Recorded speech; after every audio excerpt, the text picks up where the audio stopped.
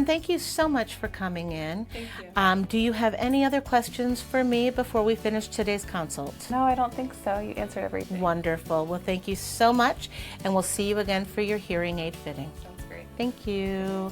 So there you can see, a hearing evaluation is something that's very simple, very easy to perform, and very, very informative.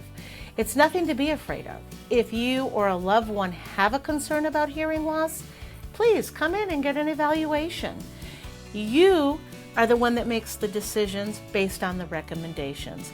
I'm the educator, and I'm the one who's going to guide you through the process. Now, in today's current situation and ever-changing situations, face-to-face consultations like this one may not be always possible. Fortunately now, we do have the ability to provide virtual appointments for our customers, so that's something to consider if it's not possible for you to come into an office for a face-to-face appointment. But regardless, there's a solution.